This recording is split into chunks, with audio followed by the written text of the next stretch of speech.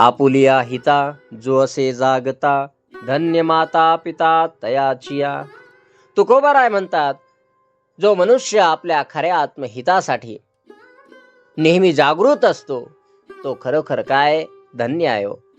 पण केवळ तोच नाही तर ज्यांनी अशा सुपुत्राला जन्म दिला ते माता पिता देखील धन्य आहेत. मुलांच्या यशामुळे आणि त्यांच्या सदाचारामुळे आई वडिलांची पुण्याई वाढते. कुळी कन्या पुत्र हो तिजे सात्विक, तयाचा हरिक वाटे देवा.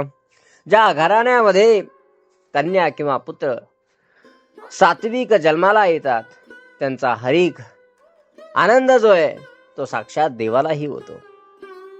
देवाला अशा घराण्याचे कौतुक वाटते जिथे भक्तीची परंपरा जपली जाते.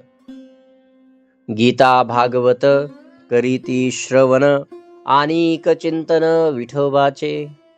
सात्विक मुले काय करतात, जी केवळ प्रपंचामध्ये गुंतून राहत नाहीत तर ती गीता भागवत यासारख्या पवित्र ग्रंथांचे श्रवण करतात.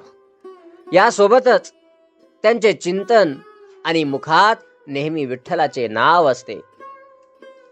ज्ञान आणि भक्ती यांचा हा संगम जीवनात शांतता आणतो. तुका म्हणे मज घडो त्याची सेवा, तरी माझ्या दैवा पार नाही. तुकोबा अशा सात्विक माणसांबद्दल इतका आदर व्यक्त करतात की ते म्हणतात, अशा सात्विक आणि जागृत भक्ताची सेवा करण्याची संधी जी आहे जर मला मिळाली तर माझ्या दैवाला नशिबाला पारावार राहणार नाही.